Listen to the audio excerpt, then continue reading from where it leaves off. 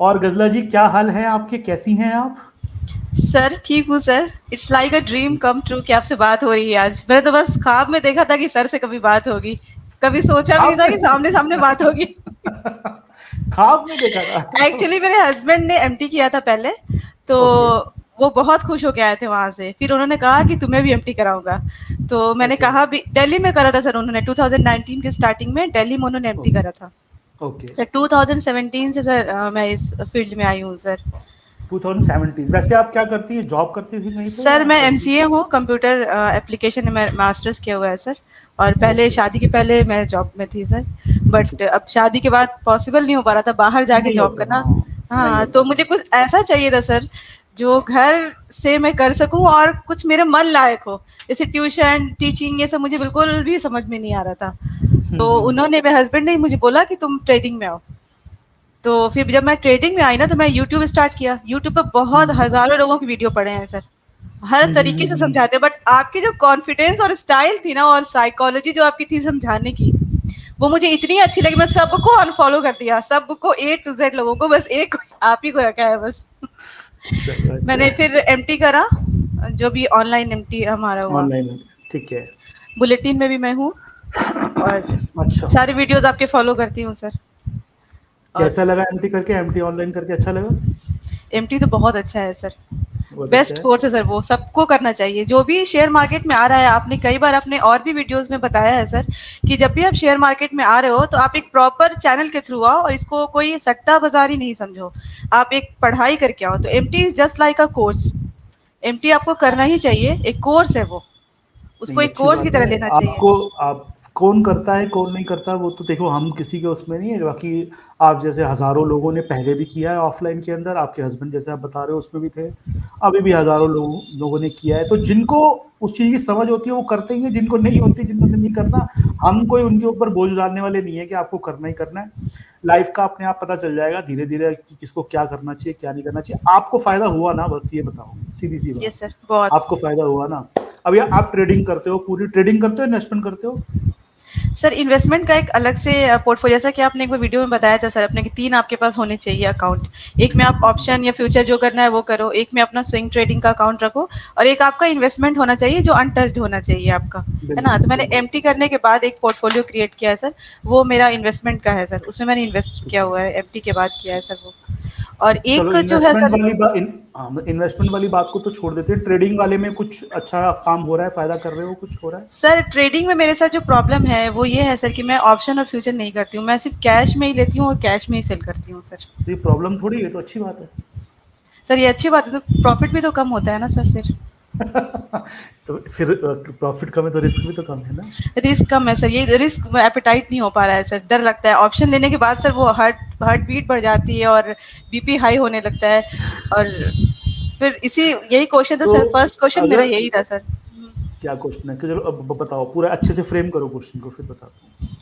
कि सर मैं सिर्फ कैश में ही ट्रेड करती हूँ। जो स्विंग ट्रेडिंग मैं करती हूँ वो सिर्फ कैश में ही शेयर्स को लेती हूँ और उसको कैश में ही सेल करती हूँ। उसके अगेंस्ट में ना कोई हेज करती हूँ, या फिर किसी भी स्टॉक को मैं फ्यूचर या ऑप्शन नहीं ले पाती हूँ। देखो, जब आप कैश के अंदर काम कर रहे हो और आपने जैसे कहा आपने एमटी भी किया हुआ है, तो मैं आपको पूरी जिम्मेदारी के साथ ये बोल सकता हूँ कि आपको किसी तरह की हैजिंग की कोई जरूरत नहीं। और ये बात आप लोगों ने समझ ली होगी, जितने लोगों ने करा है, कि जब आप कैश के अंदर काम कर रहे हो तो आपके पास एक ऐसा चीज मौजूद है, सेटअप मौजूद है, कि आपको पता है कि मेरे को कहाँ एग्जिट करना है, तो वहां पे किसी तरह की हैजिंग की कोई ऐसी लंबी चौड़ी जरूरत नहीं है। जब आप एफ एंड ओ में फ्यूचर के अंदर आते हो, तो अब आपका क्वेश्चन जो है, मैं जहां तक समझा हूं वो ये है कि आपकी जो दिक्कत है, जो मैं जहां तक समझा हूं, आपने कहा शायद नहीं है, आपकी जो परेशानी है वो ये है कि जितना पैसा है उसका तो लगा दिया माल, अब आंखों के आगे कई स्टॉक 5-5 गुना या 25%, 30%, 50% रोज चलते हैं। फ्यूचर के अंदर हाथ लगाने में थोड़ा सा डर लगता है। ऑप्शन के अंदर एक आध बार हाथ अजमाया होगा तो हाथ जल गए होंगे। यस कभी सर। अजमाया भी होगा, ऐसा हो मैं मान नहीं सकता नहीं अजमाया सर होगा। एक अकाउंट अलग से रखा है सर ऑप्शन का। वो हाँ। 30,000 मैंने डाला था सर, कुछ दिन में 48,000 मैंने करा सर उसको। और फिर ठीक है। 48 से वापस से 25 कर दिया सर उसको। वो मतलब खेलना, वो तो कसीनो हो गया ना, वो खेलने वो के लिए, बस वो तो हाँ, वीडियो एक गेम हो गई ना, पटाखा वीडियो जैसे गेम हो जलाते गई। हैं, जस्ट लाइक दैट हो रहा है। हाँ यस हाँ, सर। मतलब वही वीडियो गेम हो गई ना वो। तो उस वीडियो गेम के लिए ट्रेडिंग के अंदर जब आप काम करते हो, देखो सबसे बेस्ट जो रहती है इनिशियल स्टेज में, जैसे आप कर रहे हो, आपने अभी ज्यादा शुरू भी आपने नहीं किया, आपने कह रहे हो अभी शुरू किया आपने, अभी तो आपको 2-3 साल हुए हैं। अगर आप उसमें कर रहे हो स्टार्टिंग ऐसी, तो उसमें शुरुआती स्टेज में तो हमेशा ही अच्छा रहता है कि आप मतलब कैश में करो। यस। दूसरा, F&O में जब भी आपको जाना हो ना, उसके अंदर आपको एक सिंपल वे बता देता हूं तरीका। सिंपल वे क्या है कि आपके पास कैश पोजीशन जितनी भी है, मेरे को नहीं पता कितनी है, जो भी साइज है उसका पोजीशन का, उसका 20%, 20% के आसपास आप फ्यूचर के अंदर पोजीशन बनाओ उसी स्टॉक में जिसकी जो आपके पास कैश में पड़ा है। क्यों? उसका एक कारण है बहुत बड़ा। जब हम किसी स्टॉक को कैश के अंदर कैरी कर रहे होते हैं तो एक हमारा कॉन्फिडेंस होता है उसके ऊपर, हमने उसकी स्टडी पूरी कर रखी होती है, हमें पता होता है, उसके याद रहते हैं लेवल कौन से हैं, ऊपर कैसे जाता है, नीचे कैसे जाता है। अगर हम उसी स्टॉक के अंदर कुछ पोजीशन F&O के अंदर बनाते हैं प्रॉपर से देख करके कि मुझे यहां से काम करना है, और F&O के अंदर जब आप जाते हो तो वहां पर थोड़ी क्वांटिटी बढ़ जाती है आपकी, उससे लिमिट्स के साइज से थोड़ी सी बढ़ जाएगी क्वांटिटी, लेकिन उसका तरीका यह है कि टोटल मान लेते हैं अगर 20 लाख का पोर्टफोलियो है तो 4 लाख के अमाउंट से या 5 लाख के अमाउंट से F&O के अंदर शुरुआत करो। स्टार्टिंग अगर आपको चाहते हो करना तो सबसे पहले उस स्टॉक पे काम करो जिस पे सबसे ज्यादा कॉन्फिडेंस है आपको और जो सबसे थोड़ा वॉलेटाइल है। 2 कंडीशन होनी चाहिए। पहली कंडीशन, उसके अंदर कॉन्फिडेंस लेवल बहुत ज्यादा है चार्ट के हिसाब से, ऑब्वियसली कोई मेरे ऊपर कॉन्फिडेंस नहीं, चार्ट के हिसाब से। दूसरी बात, उसमें वॉलेटिलिटी काफी कम है, यानी कि वो बहुत ज्यादा आपको उतार चढ़ाव नहीं दिखाता, बहुत ज्यादा तंग नहीं करता। ऐसे स्टॉक बहुत सारे होते हैं जो ऐसा हो सकता है उसमें रिटर्न 25% दिखे, 30, लेकिन वो फिर उतनी तेजी से ऊपर नीचे भी चढ़ते हैं। ऐसे में वो हार्ट अटैक वाली दिक्कत जो आप बता रहे हो, ऊपर नीचे ब्लड प्रेशर होता है ऊपर नीचे, तो वो भी होने की संभावना है। ऐसे केसेस के अंदर थोड़ा वॉलेटाइल शेयर हो, लेकिन ये बात मैं आपको काफी हद तक श्योरिटी से कह सकता हूँ, काफी हद तक, कि स्विंग ट्रेडिंग के अंदर जो आप बात कर रहे हो, आपने लिया आपने बेच दिया, वो सबसे बेस्ट चीज है, पहली बात। दूसरी बात, एक टाइम ऐसा जरूर आएगा आपकी जिंदगी में, चाहे अभी वो समय है या आने वाले 2 साल में आएगा, 1 साल में आएगा या 6 महीने में आएगा, या हो सकता है सोमवार से आ जाए, कि आपको F&O में शुरू करना पड़ेगा। क्योंकि ये जो आपके अंदर जो भूख है ना, मतलब भूख कोई गलत वर्ड नहीं है, भूख है ना जो ये ज्यादा कमाने की, एक्चुअली ये ना आदमी को जीने नहीं देती, ये कहीं ना कहीं उसको करती है कि तू आगे जा। उसका तरीका यही है कि उसमें भी डिसिप्लिन रहने के लिए हमारे को थोड़ा कम वॉलेटाइल शेयर चुने, ऐसा शेयर चुने जिस पे ज्यादा कॉन्फिडेंस है, जिसका चार्ट बहुत अच्छा बना हुआ है, और ऐसा शेयर अगर हो वो बाई चांस जिसके अंदर बहुत सारे लोग लेना चाह रहे हों और ले ना पा रहे हों, तो वो सबसे बेस्ट होता है। दोबारा बोल रहा हूं, बहुत सारे लोग लेना चाह रहे हों और ले ना पा रहे हों, वो स्टॉक आपको कभी तंग नहीं करेगा और वो स्टॉक आपको कभी नुकसान नहीं देगा, वो नीचे नहीं आएगा, वो स्टॉक सबसे बेस्ट होता है वो स्टॉक। अब मैं यहाँ वैसे ये, क्योंकि ये YouTube पे जानी है चैट, तो मैं यहाँ नाम नहीं ले सकता, लेकिन जैसे अब स्टील स्टूल वाले शेयर है, वो शेयर आप देख रहे हो हालत क्या हो रही है उनकी। हमारे असेंबली में हमने बहुत जिक्र किया, शुरू से हमारे पास में 100 200 रुपए थे, तो सबके पास स्टॉक पड़े हैं।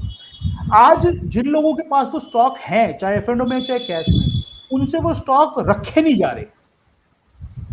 मतलब मान लेते अगर आपके पोर्टफोलियो में वो स्टॉक है, आपको रखने में भी दिक्कत आ रही है, रोज दिल करता है काट दूं, आज काट दूं, कल काट दूं, निकल जाऊं यहाँ से, प्रॉफिट ले लूं, नीचे तो नहीं गिर जाएगा।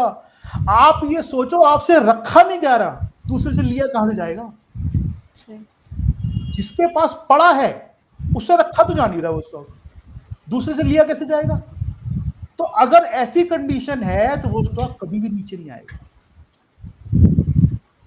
ऐसे स्टॉक हमेशा अच्छे होते हैं। तो चुनाव शुरुआत के अंदर 4 चीजों से, कि पहली बात तो F&O में करना चाहिए, थोड़ा बहुत बिल्कुल करना चाहिए। मैं क्योंकि मैं खुद करता हूं तो मैं उसके अगेंस्ट नहीं, ऑप्शन के बिल्कुल अगेंस्ट हूं, बिल्कुल, स्टॉक्स में तो खास तौर से, और वीकली में तो बिल्कुल बैन है, हटा देना अपनी स्क्रीन के ऊपर से। वीकली का सर मैंने कभी नहीं किया सर, मैं जब भी करती हूँ ना तो उस पूरे मंथ का जो ऑप्शन होता है ना, वही वाला मैंने लिया है सर। वही करना, और वो भी स्टॉक्स के अंदर नहीं। वो भी स्टॉक्स के अंदर बिल्कुल नहीं करना। स्टॉक्स के अंदर तो करना ही नहीं है। स्टॉक्स के अंदर करना इंडेक्स में है सर, है ना? इंडेक्स हाँ। में करो, चाहे करो आप किसी में भी करो, इंडेक्स में करो अगर थोड़ा बहुत करना चाहते हो तो।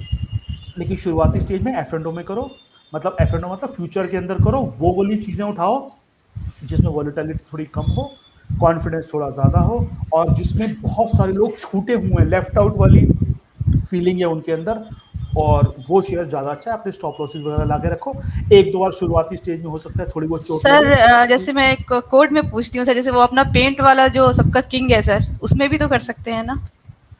हाँ कर सकते हो, उस लेकिन टाइप के प्रॉब्लम वही है। स्टॉक में कर सकते हैं नहीं, ना? हाँ बिल्कुल एफ उस टाइप के फ्यूचर, स्टॉक में बिल्कुल कर सकते क्योंकि हो। वो ना ज़्यादा गिरता है, बहुत ज़्यादा वॉलेटाइल नहीं है सर, वो ऊपर नीचे बहुत हाँ ज़्यादा नहीं बिल्कुल करता है वो। बिल्कुल नहीं है, बिल्कुल नहीं है, उसमें कर सकते हो। और ऐसे बहुत सारे हैं, मैं भाई यहाँ पे नाम नहीं लूंगा। यस बहुत सर। सारे स्टॉक ऐसे हैं जो कम वॉलेटाइल हैं, तंग कम करते हैं, और अपने बहुत अच्छे उस पर रहते हैं। उसके अंदर काम करोगे, प्रॉफिट शुरुआती स्टेज में थोड़ा कम आएगा, लेकिन धीरे धीरे वो चीजें मैनेज हो जाएंगी, और आपकी एक किसको कहते हैं हौसला खुल जाएगा, और आपका ब्लड प्रेशर जो आप कह रहे हो वो नहीं बढ़ेगा उस हिसाब से जैसे आप थोड़ा बहुत बढ़ाना लग रहा है आपको। यस ठीक है, तो सर। Yes sir. और कुछ आपके मन में कोई प्रश्न है? सर एक और क्वेश्चन है सर।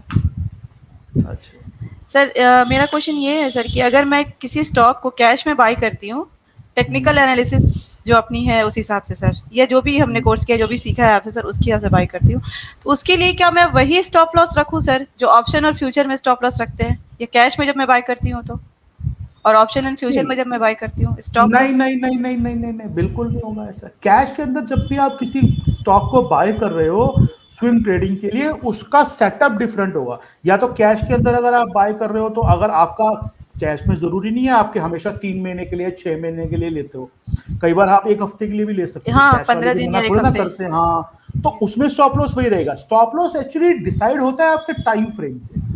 स्टॉप लॉस डिसाइड नहीं होता आप फ्यूचर में पोजीशन है या कैश में पोजीशन है, उससे कोई मतलब नहीं है, क्योंकि लॉस तो दोनों जगह बराबर होने वाला है ना परसेंटेज में आपका। यस, तो यस वो सर। डिसाइड होगा आपकी पोजीशन जो है आपने किस टाइम फ्रेम पे ली हुई है। अगर आप 2 हफ्ते की ट्रेडिंग कर रहे हो, तो आप डेली के टाइम फ्रेम के ऊपर थोड़ा ना उस पर काम करना शुरू कर दोगे। No sir, no sir. 15 दिन की पोजीशन है तो वो छोटे टाइम फ्रेम पे आएगी, फिर छोटे टाइम पे। छोटे टाइम फ्रेम पे जब काम करोगे उसके स्टॉप लॉसेस छोटे होंगे ऑब्वियसली। ठीक है ना, तो स्टॉप तो वो लॉस तो आपके एज़ इट इज़ टाइम पे होगा डिसाइड। सर। हाँ, वो ऑप्शन और फ्यूचर में अगर मैं लेती हूँ सर, तो सेम होगा तब तो स्टॉप लॉस सर? बिल्कुल बिल्कुल बिल्कुल सेम होगा, बिल्कुल, क्योंकि वो सेम होगा कि ऑप्शन स्विंग का। ट्रेडिंग। हाँ। हाँ वो स्विंग ट्रेडिंग है, लेकिन वो छोटे टाइम फ्रेम के लिए 15 दिन 20 दिन ये है। अब मैं हूं जैसे मैं कई बार, अब मेरे पास एफ एंड ओ के अंदर कई ऐसी पोजीशन भी है।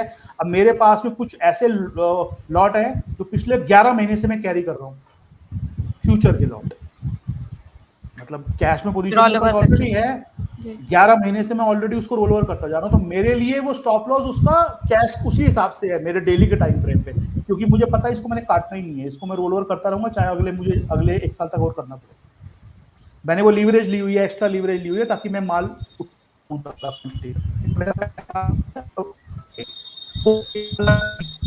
लेकिन अगर आप स्विंग कर रहे हो तो स्विंग के अंदर स्टॉप लॉस आपका वही रहेगा टाइम फ्रेम के हिसाब से। ठीक है। ठीक है सर।